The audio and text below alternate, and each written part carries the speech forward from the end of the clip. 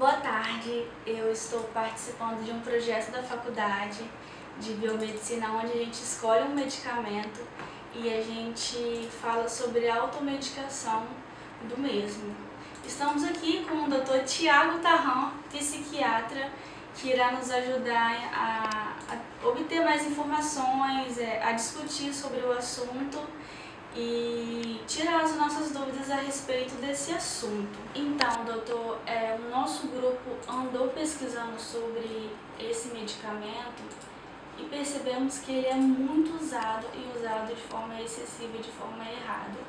E gostaríamos de saber qual é a indicação para o uso desse medicamento. Boa tarde, Débora. É um prazer estar participando desse projeto e estar contribuindo para divulgar conhecimento e evitar sempre a automedicação. O Brasil é um dos países onde mais se automedica no mundo. O acesso à medicação é extremamente fácil, descomplicado e, infelizmente, existe muita indicação de colegas que usam medicação para um meio, para um fim, e a pessoa acaba comprando essa ideia e usando sem conhecimento de riscos e os malefícios. Essa substância, o metilfenidato, também conhecido como Ritalina, é uma medicação amplamente utilizada dentro da psiquiatria e da neurologia para tratamento de uma patologia chamada TDAH, que é o transtorno de déficit de atenção e hiperatividade. As indicações são muito bem estabelecidas, por critérios diagnósticos bem descritivos, mas se usa muito essa medicação para potencializar estudos, para os concurseiros poderem melhorar rendimento, melhorar a atenção. Então se usa muito indiscriminadamente essa medicação com o objetivo de conseguir um benefício que a medicação poderia causar. Qual seria a legislação desse medicamento? Então, o metilfenidato, que é a Ritalina, é uma medicação que exige um receituário, que a gente chama de receituário tipo A, que é esse aqui, um receituário amarelo, que existe uma numeração específica e dados que exigem serem preenchidos para a liberação da medicação. A vigilância sanitária, ela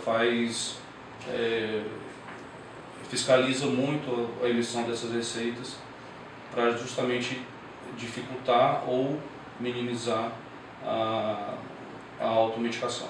Então é uma medicação que exige receituário médico, exige um receituário controlado e exige que o paciente, ao comprar, tenha a receita em mãos e exige-se que o farmacêutico ou balconista retenha essa receita para apresentar posteriormente à vigilância. Como que ele age no organismo e por quanto tempo? Então, ele age para tratar o TDAH, que é o transtorno de déficit de atenção e hiperatividade, que é a indicação principal dele. O tempo que ele age, isso é muito individualizado dependendo da substância, porque a gente não tem só a Ritalina no mercado. O metilfenidato, ele se apresenta sob a forma comercial de Ritalina, Ritalina LA e Concerta. Então, cada medicação dessa tem um tempo de ação diferente. A Ritalina, que é o que a gente está conversando, o tempo de ação gira em torno de 4 horas, 4 horas e meia, 5 horas no máximo. Age a nível cerebral, estimulando certos circuitos neuronais que vão melhorar a desatenção e diminuir a hiperatividade. O tempo de ação da Ritalina, como eu já falei, é mais curto, a Ritalina LA e o Concerta em torno de 7 a 9 horas, a média de 8 horas de efeito. Quais seriam os malefícios da superdosagem dessa droga, desse medicamento? Então, a superdosagem dessa medicação é extremamente perigosa. Por quê? Porque é um psicoestimulante, então é um estimulante cerebral. Então, a sobredosagem, o uso abusivo, pode gerar situações extremamente graves, desde confusão mental, delírios, alucinações, até crises convulsivas, epiléticas e, em alguns casos, parada cardiorrespiratória e óbito. Então, é uma medicação que pode gerar situações extremamente graves e até mesmo letal em caso de sobredosagem ou uso abusivo. Você disse anteriormente que esse medicamento ele é usado muito entre os estudantes. Há outra indicação além desses casos, desse público-alvo que é o que mais usa? Então, o público-alvo é quem tem o transtorno TDAH. Muitos estudantes usam por automedicação para tentar melhorar o rendimento.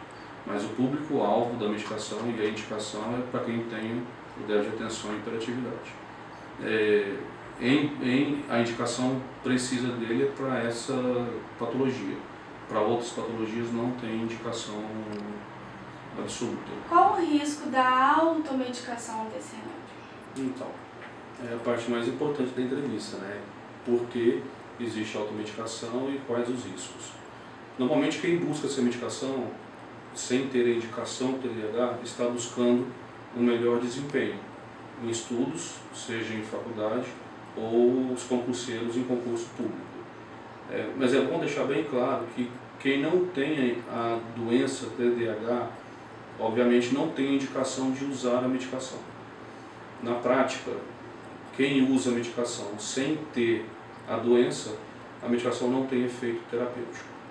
A pessoa pode perceber algum efeito, que é o que a gente chama de efeito placebo, da pessoa achar que está tomando algo que vai te ajudar. O que seria uma pílula de água com açúcar teria o mesmo efeito. O efeito placebo não é de se ignorar, gira em torno de 30%, que não é uma porcentagem pequena, é uma porcentagem bem alta, pensando a nível de efeito psicológico. Então, quem não tem a doença não tem efeito terapêutico da medicação, isso já é comprovado. E quais os riscos da pessoa que não tem indicação usar essa medicação? O primeiro e mais clássico é a dependência, ficar dependente mesmo. Como existe a dependência por drogas ilícitas, existe a dependência por medicação e o metilfenidato pode causar dependência. Existem os riscos, pensando em saúde física, taquicardia, aumento de pressão arterial, riscos de infarto e até óbito, confusão mental com delírios e alucinações, ideações suicidas com tentativa de suicídio e às vezes até com sucesso na tentativa, e em casos mais graves até crises convulsivas e óbito. Então o risco de uso da medicação para quem não tem indicação é extremamente alto, elevado. E por que a gente não ouve falar desses riscos, não ouve falar desses pacientes? Porque isso é mascarado e só se fala das coisas boas, entre aspas, as coisas boas que seriam o efeito da medicação, que não tem, é só o efeito placebo. E se todo mundo for pesquisar, só dá um Google lá na medicação, vai aparecer inúmeros casos de pacientes que usam sem indicação e que tentaram suicídio, que suicidaram ou que desenvolveram quadro de psicose com delírios e alucinações. Então o uso é extremamente grave, prejudicial e deve ser contraindicado de forma rápida, imediata e absoluta. Obrigado, doutor, pela disponibilidade, pelas informações. A instituição Multivix agradece e eu, como representante do meu grupo, estou muito feliz com o resultado e esperamos que isso possa alcançar e conscientizar o máximo de pessoas possíveis, porque é muito importante. E é isso.